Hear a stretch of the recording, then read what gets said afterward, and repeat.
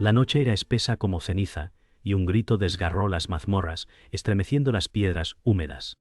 Nadie supo quién lo lanzó, pero todos lo sintieron como acero en la piel. Cadenas chocaban contra los muros como campanas de condena. Un soldado murmuró: «Dios nos ha abandonado». Otro respondió con voz rota: «No es Dios, es la maldición de este reino».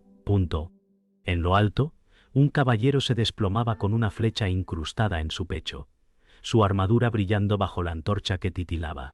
No había nombres, solo cuerpos abatidos y la certeza de que el destino ya ardía. Afuera, la tormenta descargaba lluvia negra y el castillo respiraba miedo. El eco del grito se propagó más allá de las mazmorras, trepando como un demonio por las escaleras del castillo.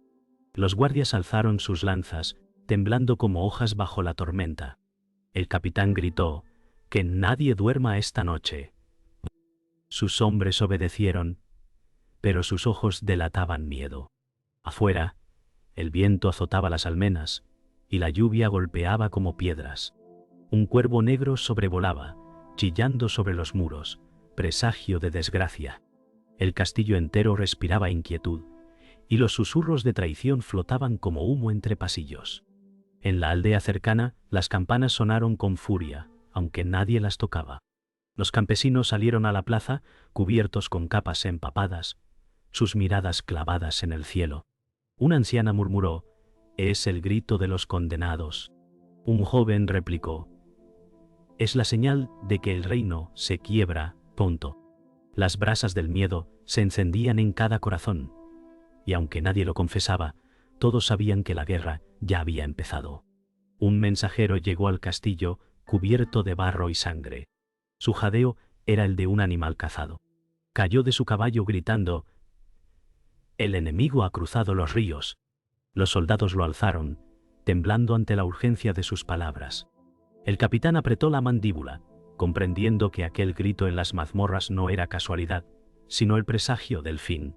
En lo alto del salón del trono, el antagonista observaba desde su asiento dorado. No sonreía, pero sus ojos brillaban con fría certeza. «Dejad que griten», dijo con voz seca, «porque el reino ya arde en mi nombre». Sus cortesanos callaron, el fuego de las antorchas proyectando sombras alargadas que parecían demonios inclinándose ante él. El narrador decía que al amanecer, el pueblo fue arrastrado a la plaza para presenciar la humillación. El protagonista, Gonzalo, fue empujado al centro por los guardias, su rostro golpeado y sus manos atadas. Los nobles reían desde sus balcones, arrojando vino sobre su cuerpo como si fuera un perro famélico. Un campesino murmuró: «Nadie merece tal escarnio», pero otro lo calló, temiendo las represalias. Gonzalo permaneció en silencio, pero sus ojos ardían con una furia contenida. La vergüenza se convirtió en un hierro candente en su pecho, y en ese instante supo que debía resistir, aunque su vida dependiera de ello. El narrador contaba que las risas del gentío se mezclaban con la vergüenza. Una anciana gritó: «¡Bastardo sin honor, pum!». Gonzalo bajó la mirada, tragando la rabia como veneno. El capitán Hernando alzó la mano, exigiendo silencio, y con voz dura dijo: «Que todos aprendan lo que cuesta desafiar al poder». Entre la multitud, una joven cubrió su rostro con el velo para ocultar lágrimas. Nadie se atrevía a moverse, pues la humillación pública era un espectáculo ordenado por el señor del reino. El aire pesaba, y la dignidad del protagonista era pisoteada junto con el barro bajo sus rodillas. El narrador decía que desde las sombras del callejón, el mentor, Fray Martín, observaba en silencio. Su mirada no era de lástima, sino de reconocimiento, como si el destino se desplegara ante sus ojos cansados. Gonzalo levantó la cabeza por un instante y sus miradas se cruzaron. El monje murmuró: «Todavía no sabes quién eres». La multitud gritaba insultos, pero Gonzalo apenas escuchaba, pues el peso de aquellas palabras lo atravesó más que cualquier burla. No era compasión lo que percibía, sino un llamado a soportar y descubrir una verdad que todavía desconocía. El narrador decía que en medio de las burlas, un gesto rompió el silencio. Leonor La joven noble dejó caer discretamente un pañuelo bordado a los pies de Gonzalo. Nadie más lo notó, pero para él fue como un rayo de esperanza en la tormenta. Gonzalo cerró los ojos, sintiendo que no estaba del todo solo. Un guardia lo empujó con violencia, gritando: «Inclina la cabeza, bastardo». Gonzalo obedeció para evitar el golpe, pero el pañuelo quedó marcado en su memoria como un juramento invisible. Su humillación no era completa. Había alguien que aún creía en él. El narrador decía que cuando todo terminó, Gonzalo fue arrastrado hacia los calabozos. El pueblo se dispersó, pero el eco de las burlas permaneció en la plaza. Punto 20. Los nobles volvieron a sus salones, satisfechos de haber presenciado el espectáculo. En la penumbra del pasillo, Gonzalo apretó los dientes hasta sangrar y murmuró apenas audible: «No olvidaré este día». Sus palabras no eran un lamento, sino un juramento. La semilla de la rebelión había sido plantada, y aunque aún encadenado, el fuego ya comenzaba a crecer en su interior. El narrador decía que en el salón del banquete Gonzalo fue obligado a servir vino a los mismos nobles que habían celebrado su humillación. Las risas llenaban el aire, mezcladas con el eco de copas y platos. Don Ramiro alzó su copa y comentó con sorna: «Miren al bastardo, más útil de rodillas que con espada». Gonzalo apretó la jarra hasta que sus nudillos se tornaron blancos, pero no pronunció palabra. Cada burla se clavaba en su piel como espinas invisibles. El olor a carne asada y vino derramado contrastaba con el sabor amargo de su orgullo roto. Los ojos de los cortesanos ardían de desprecio, y su silencio se convirtió en un grito contenido. El narrador contaba que al salir del salón, Gonzalo fue seguido por el sacerdote don Esteban. Con voz solemne, le dijo: «Tu sufrimiento es castigo divino, acepta tu lugar». Gonzalo levantó la mirada, sus ojos verdes brillando con ira contenida. Respondió con voz baja: «Si Dios quiere mi silencio, que me lo arranque». El sacerdote retrocedió, escandalizado, y señaló hacia él como si hubiera visto al diablo. «¡Pan tonto!». Sus palabras resonaron en los pasillos: «Este hombre trae la ruina sobre todos nosotros». Las sombras parecían alargarse, como si el propio castillo escuchara aquella condena. El narrador decía que en las cocinas los sirvientes cuchicheaban sobre él. Algunos murmuraban: «Nada bueno traerá su presencia». Otros callaban por miedo a ser escuchados. Gonzalo escuchó todo en silencio, sintiendo cómo la desconfianza lo envolvía. Entre ellos estaba Pedro, su antiguo amigo de infancia, que sonrió con falsa amabilidad y dijo: «Hermano, no olvides que yo siempre estoy de tu lado». Gonzalo lo miró, sabiendo que sus palabras eran tan frágiles como el cristal. La traición se insinuaba en cada gesto, y la soledad lo acompañaba como sombra inseparable. El narrador decía que esa noche, en la plaza, Gonzalo escuchó rumores de mercenarios contratados para cazar rebeldes.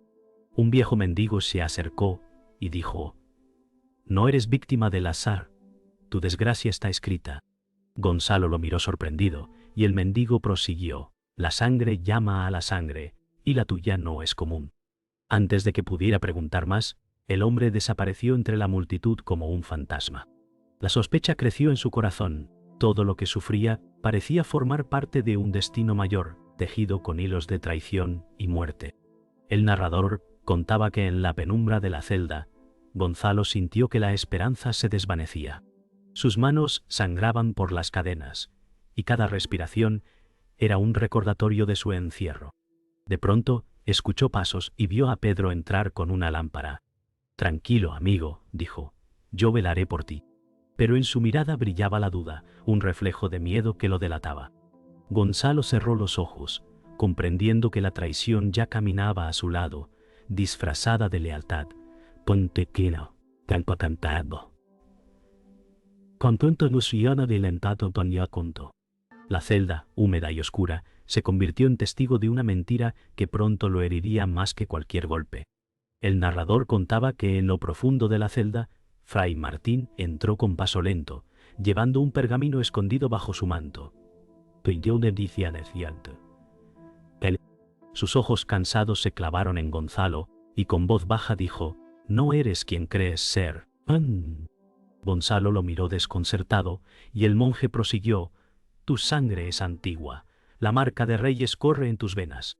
El silencio pesó como una losa, y la respiración del protagonista se volvió pesada. La revelación no fue alivio, sino maldición. La idea de que su dolor estaba ligado al destino del reino lo hizo estremecer. No era víctima del azar, sino prisionero de una herencia que nunca pidió. El narrador decía que Gonzalo retrocedió contra las piedras húmedas, negando con la cabeza. «No», murmuró, «no quiero ese destino». Fray Martín lo observó con calma y respondió: «No puedes huir de lo que ya está escrito». Gonzalo apretó los dientes, sintiendo que las cadenas eran más pesadas que nunca. Sus ojos ardían de furia y miedo al mismo tiempo.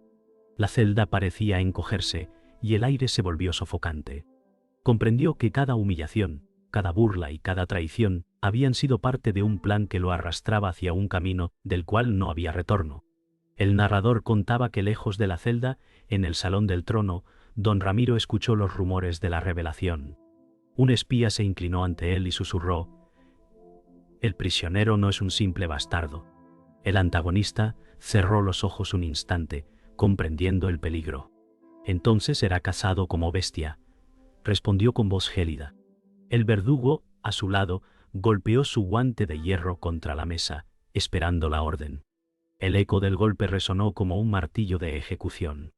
El destino de Gonzalo ya estaba marcado por la furia del trono. El narrador decía que Pedro entró en la celda con pasos inseguros, fingiendo una sonrisa. Punto a sus oídos. Me esquendió con una león tras y vacerados. Cantaba el paseles, que hasta se me inde de un tano parque en cada gaitelo, pelinado decía que Pedro entró. «Hermano, escucha», dijo. «Puedo sacarte de aquí si me lo permites». Gonzalo lo observó con sospecha, sabiendo que sus palabras eran veneno disfrazado. El traidor se acercó más, bajando la voz. «Solo dime dónde está el pergamino y haré el resto». El protagonista comprendió en ese instante que la traición no llegaría desde lejos, sino desde las manos que una vez le ofrecieron amistad. El silencio de la celda se llenó con la sombra de la mentira. El narrador contaba que en el patio del castillo, Leonor aguardaba oculta bajo su velo. Su corazón golpeaba con fuerza mientras observaba a los guardias moverse como lobos alrededor de la prisión. Sus labios temblaron cuando murmuró: «No dejaré que muera así». La joven sabía que ayudar a Gonzalo era condenarse, pero la llama en su pecho era más fuerte que el miedo. En la distancia, escuchó los pasos del verdugo marchando hacia la celda. Su decisión estaba tomada.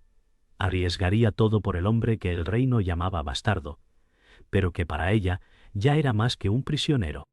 El narrador decía que la noche ardía con el rugido del pueblo. Ponto impeintinto. Era la mesia. Las antorchas iluminaban el castillo como si fuera un infierno.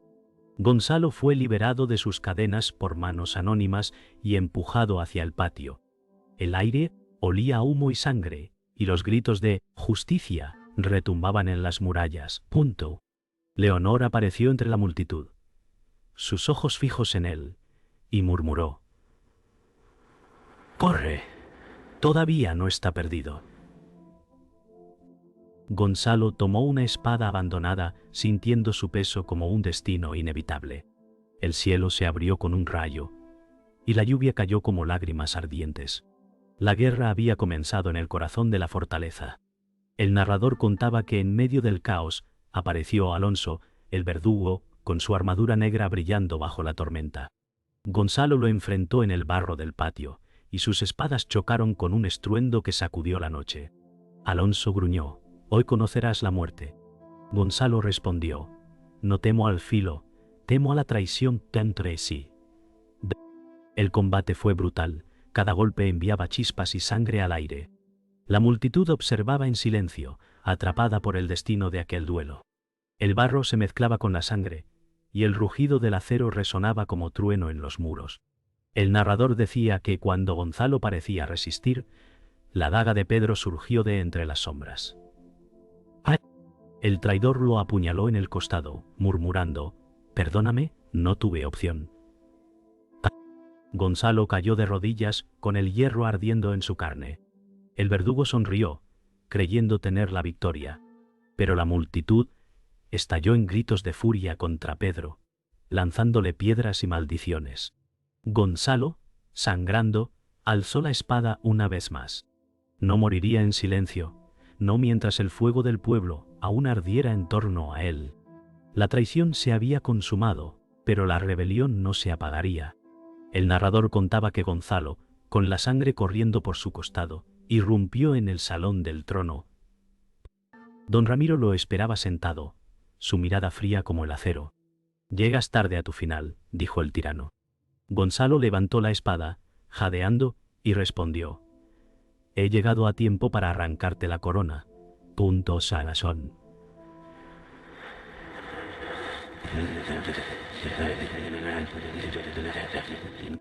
Las antorchas iluminaron el choque de sus voluntades antes del de sus armas. El salón entero tembló cuando la rebelión y el poder se enfrentaron cara a cara. Cada paso de Gonzalo resonaba como un juramento, y la sombra del destino se posó sobre ambos. El narrador decía que el combate final fue salvaje, con golpes que hicieron crujir el suelo de piedra. Don Ramiro luchaba con furia, pero Gonzalo, impulsado por la rabia y la traición sufrida, lo superó. La espada del protagonista atravesó el pecho del tirano, y el salón enmudeció. Los cortesanos cayeron de rodillas, no por lealtad, sino por miedo. Gonzalo se mantuvo de pie, jadeante, sangrando, mirando la corona caer al suelo con un sonido seco. La victoria había llegado, pero no sin costo. La gloria exigía sangre, y el reino había pagado su precio. El narrador decía que el amanecer llegó sobre un reino en ruinas.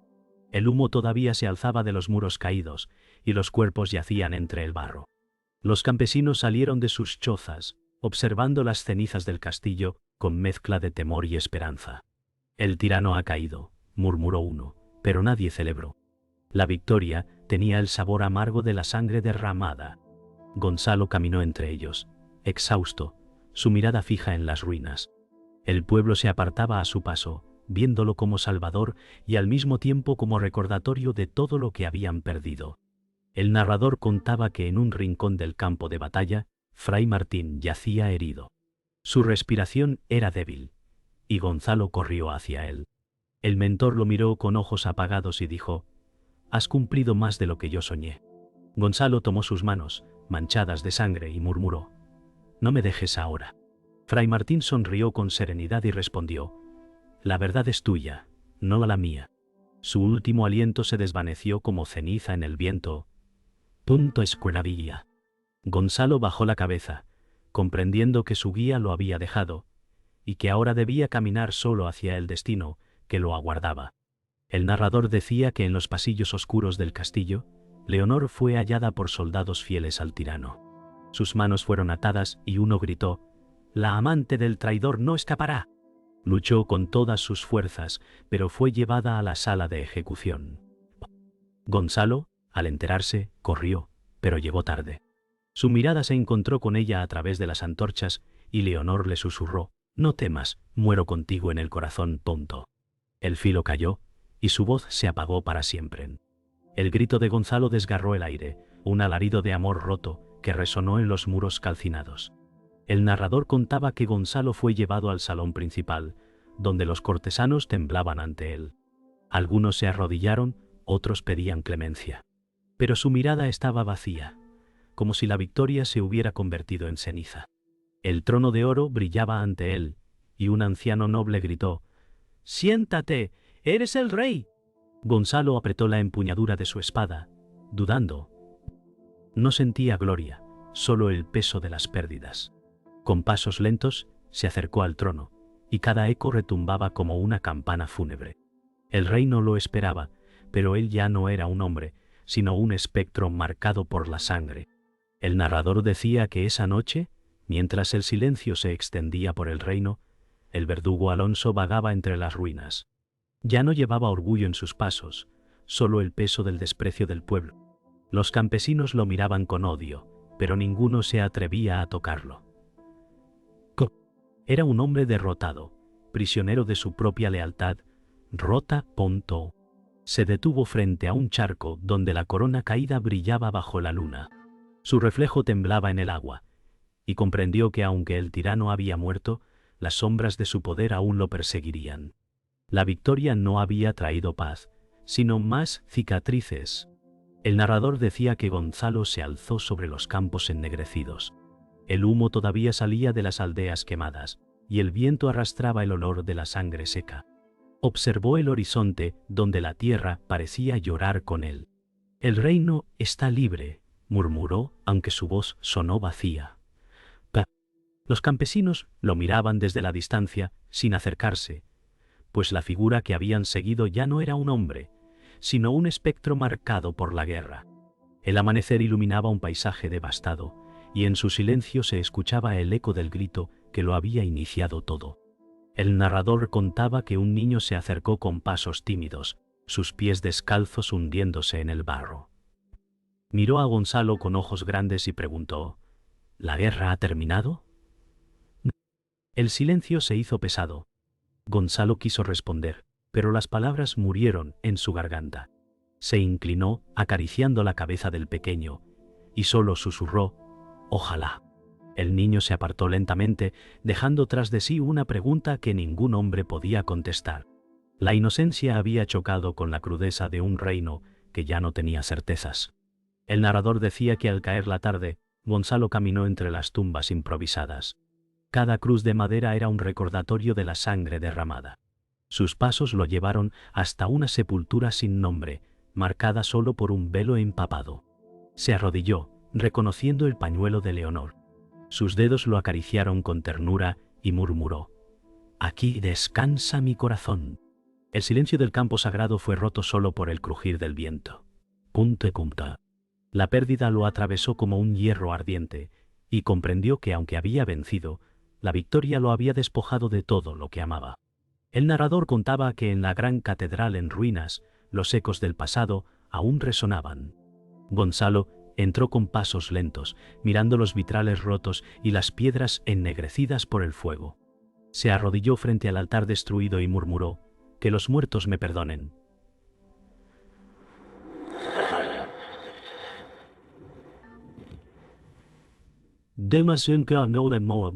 Su voz se quebró, y un rayo de luz iluminó el polvo que caía desde el techo abierto. No había sacerdotes, ni cantos, solo la confesión de un hombre que había cargado con más de lo que podía soportar.